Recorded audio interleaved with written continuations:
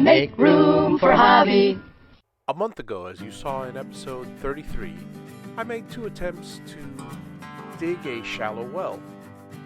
Well, the first was a simple attempt using a shop vac, which got me down to 8 feet, where I hit a hard layer of limestone. The second was trying to drive a well point past that lime rock, using the pounding method. Well, after multiple attempts with only an inch of progress, I ran out of time and decided to try my hand at jetting. I picked a new location and found the same 8 feet of topsoil down to the lime rock.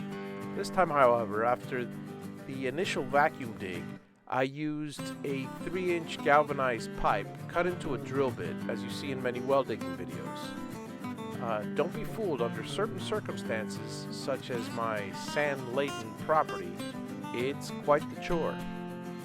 After sinking a 4-inch PVC casing down to 7 or 8 feet, I started attacking the lime rock with my well jetting head. If you're not familiar with well jetting head, simply put, there's a large 4-inch pipe for the outer casing, and I have a 3-inch galvanized bit that I mentioned on the end of a 3-inch inner pipe that breaks up the compacted sand, limestone, and rock into small bits.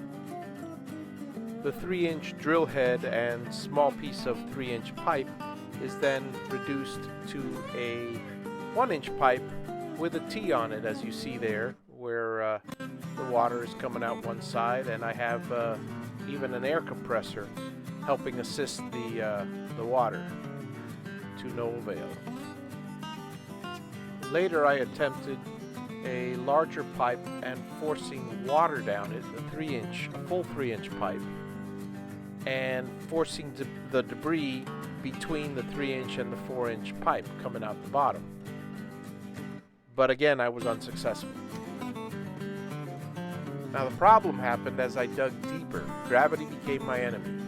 On the one hand, the wet sand around the large casing pipe caves in and prevents me from moving the pipe further down. But in addition to that, the pressure from the jetting tends to want to push the inner pipe back up.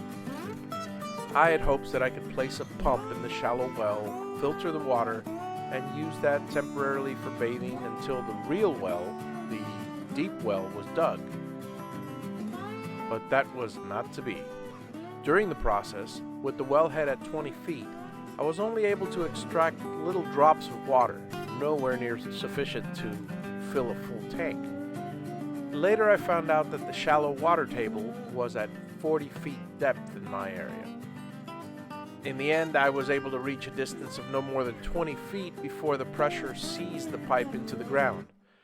I pulled out a part of the casing, and I left a stuck 10-foot galvanized pipe with a 4-foot wellhead stuck deep in the ground for a future prospector to find.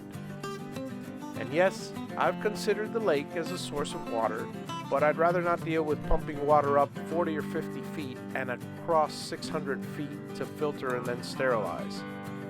Filling barrels is much easier. So I guess I'll continue lugging 100 gallons of water each trip until my permanent well is dug. Thanks for watching. Make room for Javi.